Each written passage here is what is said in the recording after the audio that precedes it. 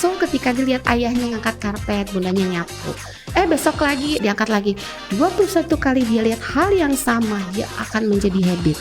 Banyak banget keterlibatan ayah dengan dengan ibu dan anaknya di rumah ini yang sangat berimbas memang ketika ayah nggak ada. Sebenarnya peran ayah dalam sebuah rumah tangga itu dalam mendidik anak terutama itu apa aja sih? Anak itu membutuhkan cinta kasih kita, anak itu butuh diri ayah untuk tumbuh kembangnya.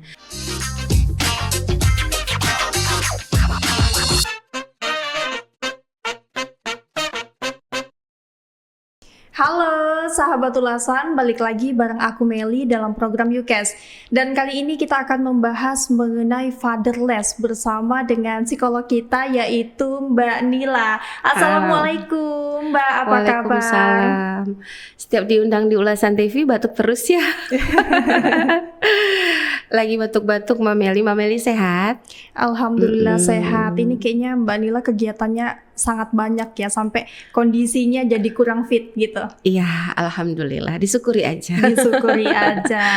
Luar biasa. Nah, Mbak, sesuai dengan tema kita membahas soal fatherless, sebenarnya definisi dari fatherless itu sendiri apa sih?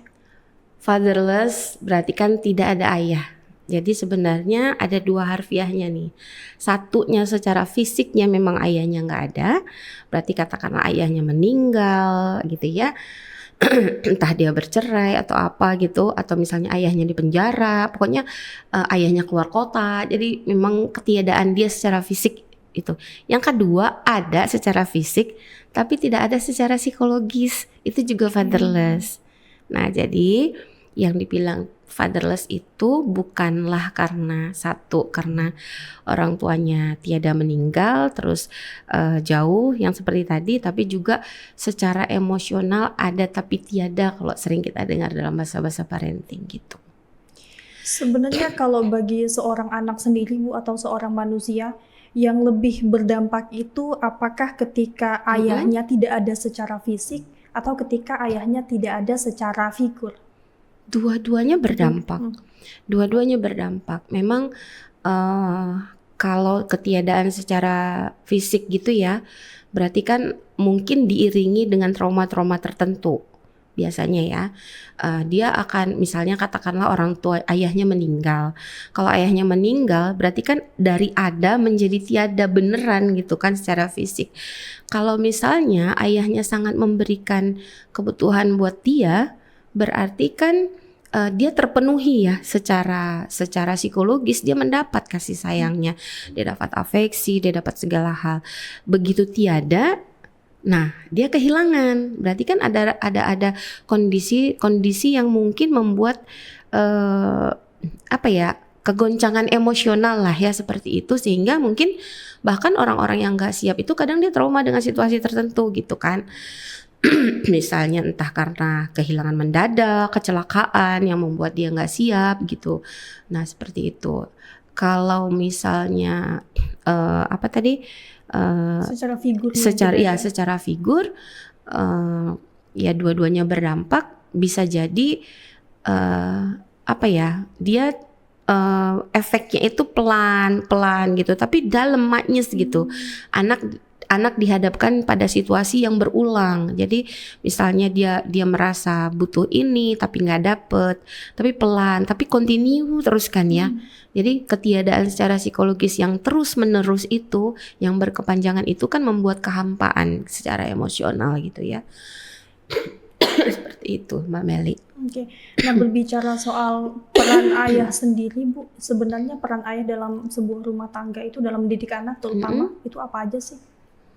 Banyak banget Mbak. Jadi kan kita tahu ya, memang di dunia kita nih orang timur yang sangat patriarkis sekali kan, peran ayah tuh seolah-olah kesannya adalah sebagai Memberi nafkah. Ya, pemberi nafkah, pencari nafkah gitu. Sehingga kadang bagi orang-orang yang sangat konvensional merasa ketika dia sebagai ayah sudah memenuhi tanggung jawabnya, ya selesai gitu. Padahal kan dalam konsep parenting tidak hanya seperti itu. Jadi keterlibatan ayah di dalam rumah tangga, terutama hubungan dia dengan ibu dan anak gitu ya. Ingat ya, ibu dan anak gitu. Karena kalau kita bilang fatherless ini dia akan berimbas gitu loh. Jadi ke anak bagus, kalau ke istrinya juga nggak bagus itu nanti ya jadi bukan husbandless gitu, bukan gitu ya, maksudnya bercanda. Iya. Tapi sebenarnya efeknya itu jadi kalau ketiadaan figur ayah bagi anaknya gitu kan memang jelas tampak, tapi sebenarnya ada hubungan yang gak bagus dengan istri pun gitu ya, figur si ayahnya tadi nggak dapet, itu sebenarnya pelan-pelan juga akan berpengaruh kepada anak, Mbak Mel. Gitu. Jadi kalau ngomong keterlibatannya sejauh apa, banyak banget, mulai dari nafkahnya, mulai dari pemenuhan psikologis terhadap istrinya dan anak-anaknya, dari cara dia memberikan sentuhan, dari dia ngajak bermain, dari dia mengajarkan kedisiplinan seperti itu. Kemudian apa lagi? Ya macam hal lah ya, karena kalau misalnya orang nggak ngerti dengan konsep bermain, aku nggak suka main gitu misalnya, aku kan maksudnya gini, gue kan mohon maaf ya tidak menyepelekan salah satu profesi, aku kan tentara, wibawaku ini dong, masa aku harus main ini sama anak-anak misalnya gitu, atau aku kan pejabat tinggi, masa aku harus main guling-gulingan, jangki-jangkian gitu, tahu jangki-jangkian gak sih, gendong-gendongan gitu ya, terus atau apalah, misalnya anakku perempuan, masa sih aku harus main dandan-dandanan sama anak perempuan gitu. Karena kan ada ego-ego sektoral bagi sebagian pihak bahwa tidak mau menurunkan egonya untuk main dengan anak yang bahkan usianya mungkin jauh lebih kecil dari, pokoknya di golden age gitu lah ya, 15. Itu kan permainannya permainan yang saya sebutkan tadi gitu ya. Tidak semua ayah mau rela main kereta api-apian gitu, atau main pesawat-pesawat terbang dengan kakinya anaknya diayun ke atas. Sebenarnya kayak gitu kan, so simple tapi itu sangat membekas banget bagi anak gitu. Sebagian ayah yang tidak paham bahwa dengan hanya bermain itu mengisi tangki-tangki cintanya anak gitu kan ya. Iya, bahwa tertawanya anak yang lepas, bahwa ada sentuhan tangan, anak dipegang ketika melambung ditangkap, itu kan memberikan suatu kenyamanan bahwa oh ada ayah yang menangkap aku. Itu kepercayaan timbul satu gitu kan ya. Jadi dengan bermain itu banyak, Mbak. Katakanlah kalau dia ditangkap, dia rela tuh. Anak-anak kalau main sama ayahnya itu kayak nggak ada beban kan ya. Coba kalau dia main sama temennya, mungkin dia mau loncat takut-takut. Tapi kalau sama ayahnya, dia mau loncat dari manapun dia pede aja loncat, karena dia tahu ayahnya yang menyambut di bawah gitu. Itu akan muncul rasa aman, rasa percaya, yang kayak gitu-gitu tuh. Sehingga ketika misalnya tadi misalnya itu bermain, tapi ketika dia mulai itu misalnya diajak bermain sesuatu yang sifatnya mulai ada aturan, mulai mungkin ya usia sekolah lah ya, mungkin 5 TK tuh 5 ya, 5-6 gitu, atau mulai SD tuh, itu kan permainannya sudah mulai ada aturan tuh. Ketika mainnya nggak lagi pesawat-pesawatan tapi ada aturan. Oke, kamu boleh nembak ketika bla bla bla ya gitu. Atau kalau anak perempuan, kamu hanya boleh begini kalau misalnya nanti ayah punya duit untuk beli ini. Misalnya main pondok-pondokan. Jadi ada aturan main nih gitu. Nah ketika anak ada aturan main tembak-tembakan, dia curang, dia nggak mau, anak nggak akan belajar yang namanya batasan-batasan juga ya. Sportivitas pertama. Anak nggak belajar sportif. Jadi justru dengan bermain dengan ayah itulah, ketika permainannya sudah menerapkan aturan, anak tuh diajar untuk sportif, menerima kekalahan. Itu besar loh. Gimana caranya nanti misalnya dia harus antri antara abang adik, mengantri itu nilai loh. gimana caranya anak itu nggak harus aku kan kecil, aku duluan, pokoknya aku duluan biar aku menang tembak ayah, kakak ngalah, abang ngalah gitu. Ya nggak bisa gitu kan. Nah, jadi si ayah menerapkan nggak bisa dek, tadi kan udah shoot, kamu nomor sekian, kamu harus sekian. Permainan seperti itu secara tidak sengaja mengajarkan anak untuk sportif, mengalah, mengantri dan sebagainya. Itu hanya contoh-contoh kecil, Mbak. Banyak keterlibatan ayah di rumah, misalnya membantu ibunya, misalnya ya. Nah itu tadi ya, permainan terhadap ibu. Ketika ayah bagus dengan ibu, banyak kan ya di sosmed kita ngelihat cuplikan-cuplikan yang sangat mendidik. Saya seneng banget itu. Misalnya ibunya lagi apa, ayahnya angkat karpet aja, simple gitu ya. Oh ayahnya perhatian terhadap ibunya lagi ngemas-kemas gitu. Si anak merhatiin loh. Ingat, children see, children do, ya statement ya, children see, children do. Ketika dia lihat, ingat Stephen R. Covey mengatakan 21 kali perilaku berulang-ulang dia akan menjadi habit. Nah, Stephen R. Covey mengatakan begitu. So ketika dilihat ayahnya ngangkat karpet, bundanya nyapu, besok lagi diangkat lagi, 21 kali dia lihat hal yang sama, dia akan menjadi habit. Someday ayahnya nggak ada, bundanya lagi nyapu, dia pasti spontan mengangkat itu. Nah, itu jadi makanya banyak banget keterlibatan ayah dengan dengan ibu dan anaknya di rumah ini yang sangat berimbas memang ketika ayah nggak ada, gitu Mbak Mel. Nah, sejauh apa sih Bu fatherless ini berdampak pada kehidupan seseorang sampai nanti dia dewasa? Sejauh apa itu tergantung anaknya. Dan sebesar apa kesiapan egonya dan mentalnya untuk menerima keadaan itu. Kalau anak-anak yang memang mohon maaf nih, dia belum mengerti, belum apa gitu, mungkin ya tidak terlalu membekas ya ketika tadi anak sudah merasa dapet terus dia nggak ada, ya kan, itu kan akan berbeda ya. Semuanya membekas sih sebenarnya, salah statement saya. Tapi membekasnya akan dalam porsi yang berbeda-beda Mbak Mel. Jadi misalnya anak yang nggak ada figur ayah dari kecil, dia mungkin merasa dia tidak pernah mendapat perlakuan. Dia akan kosongnya berbeda, akan kosong terus dengan yang ada terus kosong gitu kan ya. Nah, sejauh apa dampaknya itu kan berbeda. Anak yang kehilangan di umur sekian akan berbeda ketika dia sudah siap secara mental. Misal mungkin udah balik, udah mengerti bahwa konsep ketuhanan, bahwa kita ini hanya hidup sementara, semua orang akan dipanggil Allah, Tuhan yang Maha Esa. Terus kalau misalnya nanti suatu saat ayah adalah lebih disayang sama Allah, aku harus rela, konsep ikhlas itu kan udah beda-beda dong. Konsep analisa sintesanya harus udah jalan. Jadi kesiapan orang itu berbeda-beda dan sejauh apa dampaknya berbeda tiap anak. Ada yang dibawa yang seumur hidup, mungkin ada yang cukup berapa tahun, ada yang dibawa cukup panjang tapi begitu diterapi dapat bantuan figur pengganti, bukan diterapi, dapat figur pengganti bisa hilang, ada juga gitu kan ya. Jadi tergantung anaknya dan sikonnya Mbak Mel. Berarti bicara soal figur pengganti, sosok ayah ini figurnya bisakah digantikan misalnya dari om atau kakek? Bisa ya? Bisa.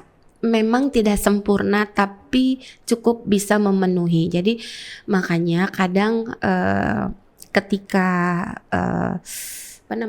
orang si ibu ya yang single parent itu mengerti konsep dan keluarganya juga support sistemnya bagus, itu biasanya secara spontan omnya, uwa-uwanya gitu, bahkan kakeknya gitu, itu hadir berusaha mengayomi si anak yang yatim tadi, terus berusaha untuk berkolaborasi dengan ibu gitu kan, mungkin bersedia aku harus bagaimana nih, misalnya konsep tentang ini harus begini, jadi si omnya menyelaraskan, tidak membela gitu, jadi dia menghormati konsep parenting si ibu gitu.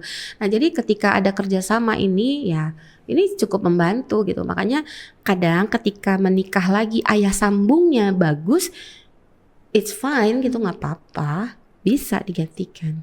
Bahkan ada anak-anak tertentu figur penggantinya tuh bukan keluarga loh, guru. Nah, Bisa ya makin dari luar bisa. ya. Ketika gurunya bagus, mohon maaf nih banyak kejadian-kejadian, bahkan klien-klien saya juga, saya ketemu guru yang luar biasa yang membuat saya bangkit. Nah, hebat banget gurunya berarti kan. Jadi signifikan person dia nggak ada, ketika dia signifikan nggak ada, dia ketemu sosok guru yang sangat mengayomi, banyak membimbing dia, memberikan dia motivasi, terus apalah itu yang menjadikan dia sesuatu yang lebih insightful dalam hidupnya. Itu bisa jadi untuk memenuhi fatherless dia gitu. Nanti akan dekat terus tuh. Kemana dia sukses dia pasti akan ngubungin gurunya terus tuh, biasanya begitu kan ya Mbak Mel. Merasa ada ikatan emosional ya Bu ya. Banget. Bu, terus misalnya ada sebuah kasus, misalnya ini ayahnya baru meninggal, anaknya masih kecil. Sebenarnya dari sang ibu sendiri haruskah cepat mencarikan figur pengganti orang tua baru atau ayah baru, atau seperti apa ini?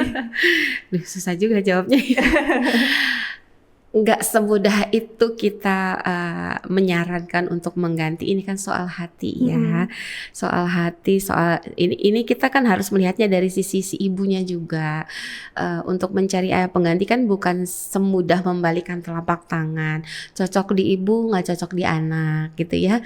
Udah masuk ke anak, ibunya nggak cinta pula sama si calonnya gitu kan. Jadi kita Kompleks ya. jadi kita nggak bisa perlukah secepatnya gitu kan. Tadi saya bilang kalaupun belum dapat penggantinya, masih ada figur-figur lain yang mungkin bisa membantu. Nah seperti itu Mbak Mel.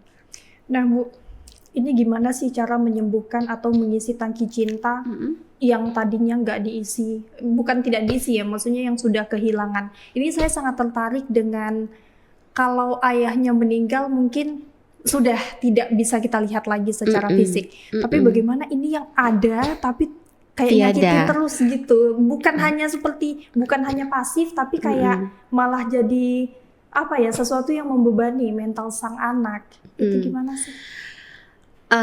Selagi belum ada kesadaran bagi si ayah itu sulit. Tapi ketika dia menyadari misalnya begini.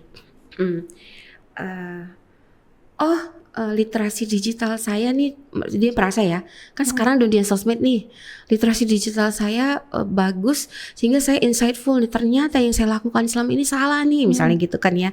Oh ternyata saya nggak boleh nih begini dengan anak gitu. Terus dia semakin bertambahnya umur semakin wise, semakin bijak gitu. Kalau dulu marah-marah apa-apa membanting barang gitu kan ya, sekarang dia merasa oh ya udahlah berarti aku harus mengontrol emosi, harus begini. Dulu anakku nggak pernah aku sentuh, nggak pernah dikucek-kucek kepalanya gitu ya. Anak laki-laki nggak pernah dipukul-pukul pundaknya dan sebagainya gitu kan. Dia merasa bahwa oh anak saya butuh sentuhan. Jadi tidak ada kata terlambat, bisa. Jadi silakan ketika ayah merasa sudah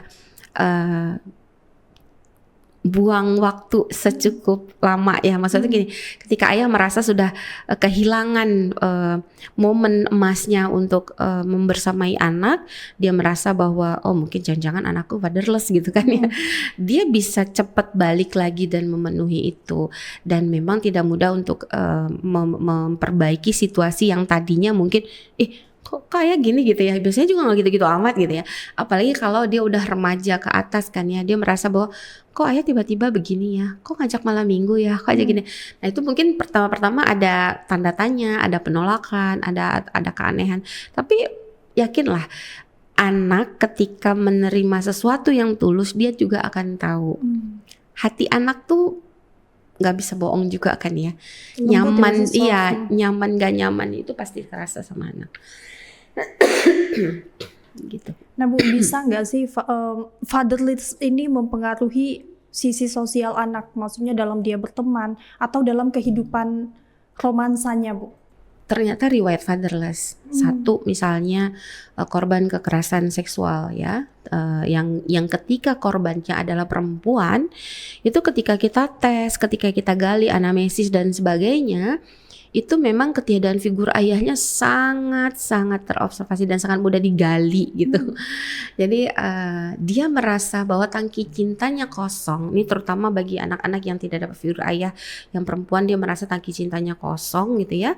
Terjadilah kekacauan emosional dan dia haus akan perhatian dari sang laki-laki gitu ya, terutama ayahnya. Jadi ketika dia usianya mencari itu, dia akan mudah dirayu dan mudah mendekatkan diri secara personal kepada orang-orang yang mau memberikan itu gitu loh.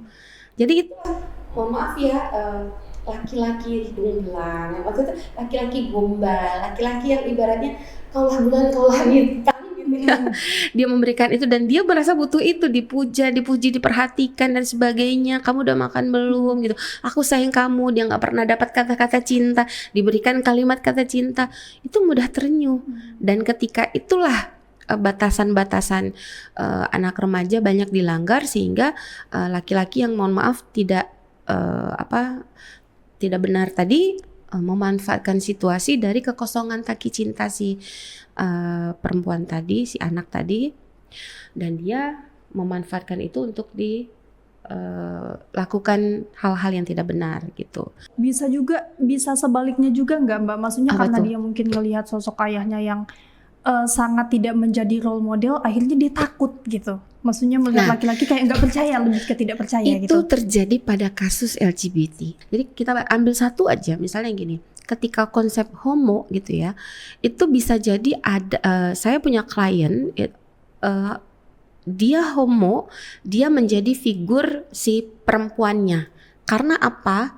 Dia kan homo kan laki-laki, tapi ada figur yang power sebagai laki-laki, ada figur yang Feminin. ya. Nah, saya dapat klien yang feminim. Ternyata begitu saya gali, dia fatherless. Dia ada ayah tapi fatherless. Nggak pernah mendapatkan perhatian, ditanya sampai dia dewasa, sampai dia kuliah, sampai dia apa gitu. Bahkan pemenuhan kebutuhan dia pun hanya dibeli terus dibiarkan gitu. Aku pengen mancing deh, misalnya gitu ya. Aku pengen mancing, aku pengen dibeli alat pancing, dibelikin alat pancing, tapi nggak pernah diajak pancing bareng gitu. Terus nggak diajarin cara makanya apa gimana.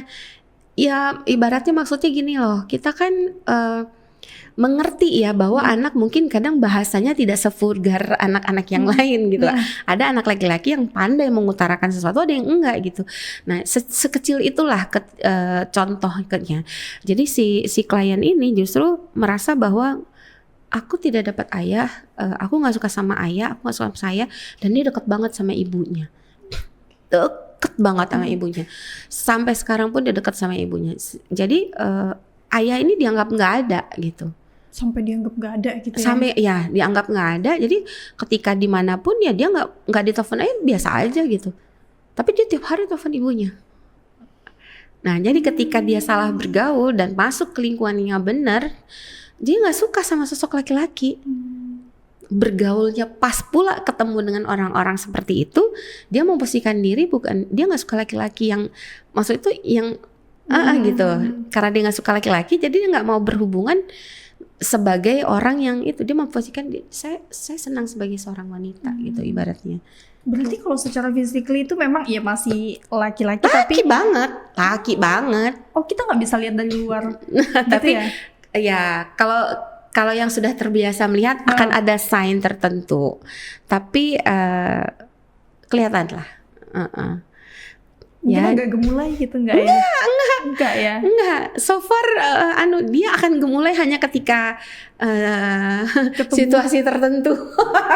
Maksudnya mengeluarkan jati dirinya di saat dengan orang ya mungkin yang hanya dengan gitu pasangannya atau bersama komunitasnya mungkin agak-agak keluar.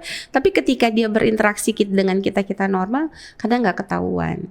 Digali tuh ada yang datang dari fatherless, jadi LGBT ada gitu. Biasa serem Mbak ya. Itu yang laki-laki ya. Yang perempuan juga ada Mbak Mel. Gitu juga. Ya, jadi tapi konsepnya berbeda. Waktu itu saya dapat klien ayahnya KDRT, memukul ibunya gitu ya. Memukul ibunya terus pisah nih, cerai gitu kan ya karena ibunya tidak tahan dengan KDRT. Terus si anak perempuan ini remaja Dia ketika mau konsepnya adalah saya nggak suka, saya benci dengan ayah, saya ini. Jadi ketika dia mau berhubungan, dia akan menjadi laki-laki yang melindungi. Beda-beda kan ya kasusnya, gitu. Jadi iya, jadi memang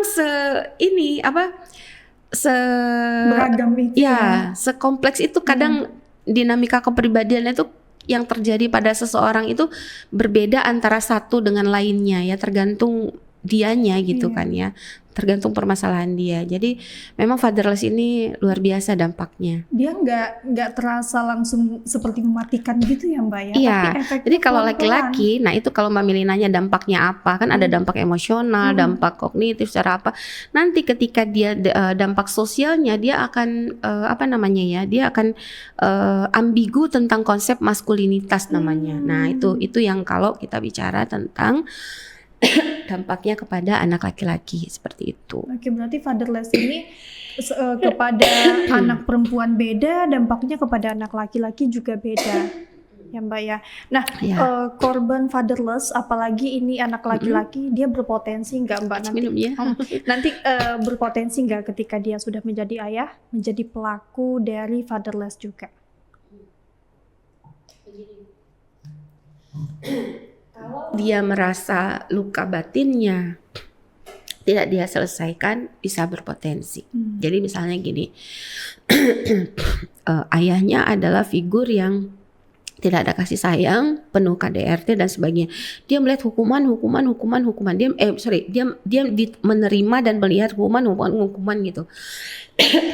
Luka pengasuhan ini tidak disembuhkan. Secara tidak sadar ketika nanti dia menjadi seorang ayah, oh kalau anak salah konsepnya adalah dipukul, gitu. Jadi ya ketika saya mendidik anak saya, kan saya diperlakukan begitu dulu. Jadi ketika anak saya salah, kamu tuh salah nak. Jadi kalau salah tuh boleh loh dipukul, bam ya. Itu tuh konsepnya tuh begitu.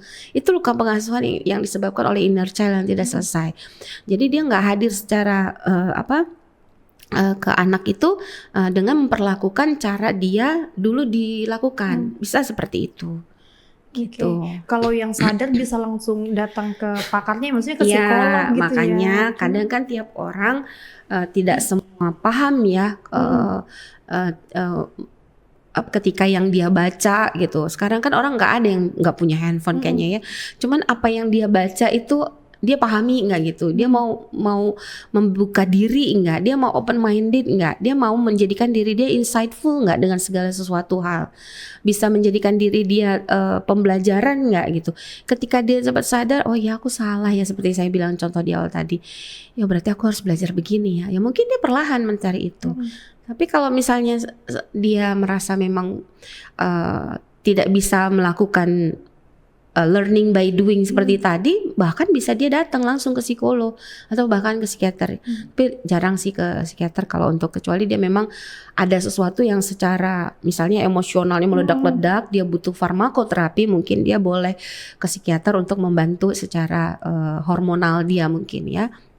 Tapi kalau misalnya dia merasa hanya gangguan perilaku saja, mungkin dia minta bantuan ke psikolog. Aku harus gimana deh? Aku gimana biar aku insightful gitu? Aku harus bagaimana? Ya udah, mungkin kalau kami nemu orang yang datang ke kami dengan riwayat, oh aku pernah begini, aku pernah gitu, ya kita beresin dulu luka batinnya gitu. Kita buat dia berdamai, kita terapi dia dengan segala sesuatu bentuk terapi yang membuat dia berdamai dengan lukanya, memaafkan orang yang dulu pernah melakukannya, terus dia merasa ingin menjadikan diri dia orang yang baru. Ya kita setelah selesai dengan luka lamanya, baru kita tanamkan beberapa ibaratnya isme lah gitu, ibaratnya pembelajaran ilmu-ilmu baru yang bisa kita berikan dia ketika dia sudah berdamai dengan masa lalu gitu Mbak Mel. Oke, berarti yang pertama itu harus berdamai dulu, baru bisa lanjut ke step-step berikutnya. Iya, ketika dia memang punya luka batin, ketika dia punya luka masa lalu yang memang membuat dia merasa itu cukup berpengaruh dalam cara dia berperilaku begitu. Oke. Nah Mbak, ini buat kita yang perempuan-perempuan, kalau mencari pasangan, bisa nggak sih secara kasat mata kita melihat ini calon-calon pelaku fatherless nih, bisa nggak ya dilihat gitu? Bisa ya. Bisa, misalnya kan kelihatan ya orang yang punya perhatian dengan orang yang enggak gitu. Katakanlah misalnya kita punya adik kecil aja gitu kan ya. Yang satu tuh kok gimana cara dia memperlakukan anak? Dia peduli enggak gitu.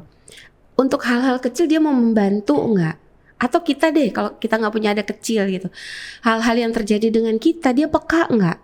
Kesulitan ketika kita hadapi, dia peduli nggak? Kan mulanya dari situ ya. Ingat contoh yang tadi karpet, dia peduli nggak sih dengan kita gitu? Ketika kepedulian ada, terus dia empatinya ada gitu ya, sensitivitasnya, ibaratnya semua yang tercermin dalam EQ-nya, emotional intelligence-nya ada dan cukup baik, itu biasanya ya jarang sih melakukan fatherless kepada anak-anaknya dan keluarganya seperti itu. Oke, aman ya, berarti bisa kita lihat-lihat dulu ya. Banyak-banyak baca bisa, Iya, terus banyak-banyak banyak-banyak peka, ibaratnya kalau misalnya dia kurang yakin mungkin minta pendapat kiri kanan. Kadang kan orang kalau dalam masa pendekatan ta'aruf apapun itu bentuknya faking good ya. Semuanya kan kelihatan baik-baik aja gitu. Jadi justru ngelihat orang itu, lihatlah ketika dia sedang marah. Itulah diri dia yang sebenarnya. Jadi kadang kalau dia lagi marah nih, gimana cara marahnya? Berarti harus dipancing-pancing dulu dong. Enggak juga ya. Harus sepele aja. Marah nih sama kemacetan jalan raya, apa responnya?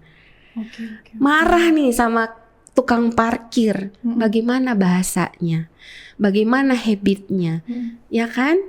Kalau dengan hal-hal kecil saja dia mudah terbersit, mudah emosional dan sebagainya, itu sangat mudah terobservasi Mbak Mel, ya kan? Nah, mudah banget. Oke. Nah Mbak, terakhir nih, mungkin bisa memberikan saran-saran kepada ayah-ayah di luar sana supaya bisa lebih dekat dengan anak-anaknya.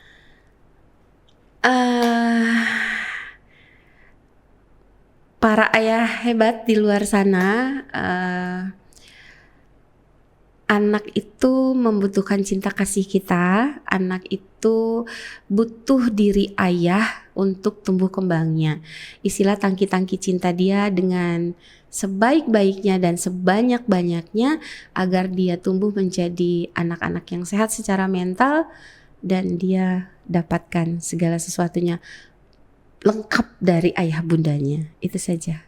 Oke, terima kasih Mbak Nila. Iya, makasih luar Mbak biasa Mel. informasinya. Semoga ini membuka mata para ayah-ayah yang sebelumnya kurang dekat sama anaknya, jadi mau meluangkan waktu untuk bermain bersama anak. Iya. Dan sahabat ulasan, usai sudah perbincangan kita kali ini, jangan lupa saksikan YouCast episode berikutnya. See you. Bye-bye.